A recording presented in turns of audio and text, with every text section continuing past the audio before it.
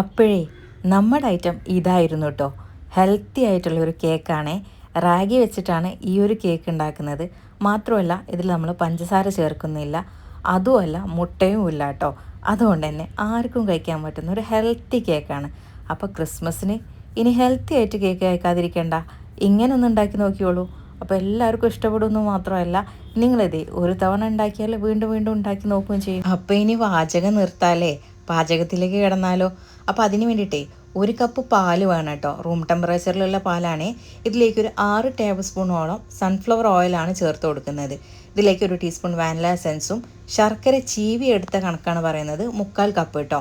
ഇനി നമ്മൾ ഈ ശർക്കരയും ഈ പാലും കൂടെ ആദ്യം ഒന്ന് മിക്സ് ചെയ്തെടുക്കണം കേട്ടോ.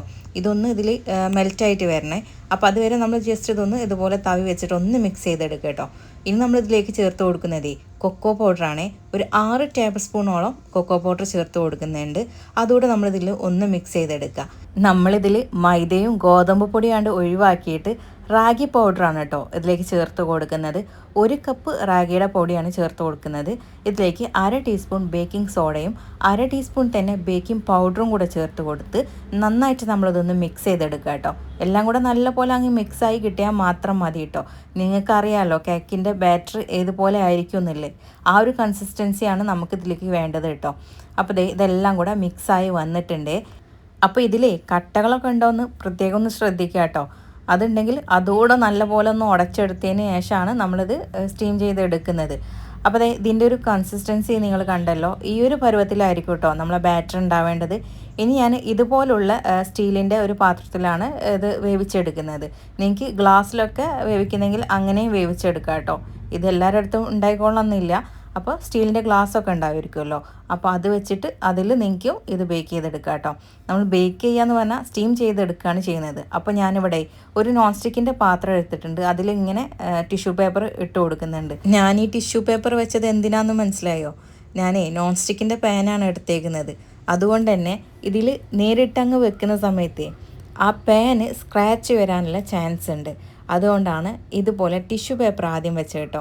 കേക്കിൻ്റെ ബാറ്റർ ഒഴിച്ച് ആ ഒരു പാത്രം ഞാൻ ആദ്യം അടച്ചു വെച്ചിട്ടുണ്ട്. അതിനുശേഷം ഈ നോൺ സ്റ്റിക്കിൻ്റെ പാനും ഒരു വലിയ അടപ്പ് വെച്ചിട്ട് അടച്ചു വെച്ചിട്ടുണ്ട് കേട്ടോ. ഏകദേശം ഒരു 15 to 20 മിനിറ്റ് അത്ര സമയം മതി കേട്ടോ.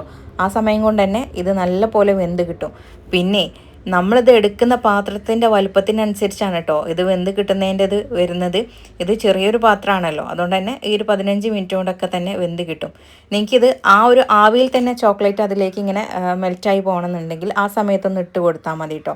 അപ്പോൾ അതിൻ്റെ ആ ഒരു ഫ്ലേവറും കൂടെ അതിലേക്ക് വരും. പിന്നെ ഡെക്കറേഷന് വേണ്ടിയിട്ട് കുറച്ചുകൂടെ ഞാൻ ചോക്ലേറ്റ് ഇതുപോലെ ചീവി ഇട്ട് കൊടുത്തിട്ടുണ്ട്. അപ്പോൾ ഇത്രയേ ഉള്ളൂ ശരിക്കും പറയുകയാണെങ്കിൽ ഈ ഒരു കേക്ക് ഉണ്ടാക്കാനുള്ള പണി. കേക്ക് ഉണ്ടാക്കുക എന്ന് പറഞ്ഞാൽ വലിയ ബുദ്ധിമുട്ടായിട്ട് ഇപ്പം നിങ്ങൾക്ക് തോന്നുന്നുണ്ടോ? ഇല്ലല്ലോ. അതുമല്ല, നമ്മൾ വളരെ ഹെൽത്തി ആയിട്ടുള്ളൊരു കേക്കല്ല ഉണ്ടാക്കിയേക്കുന്നത്. ഈ ഒരു ക്രിസ്മസിനെ ഒന്ന് തയ്യാറാക്കി നോക്കിയോളൂ കേട്ടോ. എല്ലാവർക്കും ഇഷ്ടപ്പെടുന്ന ഒരു അടിപൊളി കേക്ക് തന്നെയാണ്. ഈ ഒരു വീഡിയോ നിങ്ങൾക്ക് ഇഷ്ടപ്പെടുവാണെങ്കിൽ ലൈക്ക് ചെയ്യാനും ഷെയർ ചെയ്യാനും ചാനൽ ഫോളോ ചെയ്യാനും മറക്കരുത് കേട്ടോ. അപ്പോൾ എല്ലാവർക്കും താങ്ക്സ് ഫോർ വാച്ചിങ്.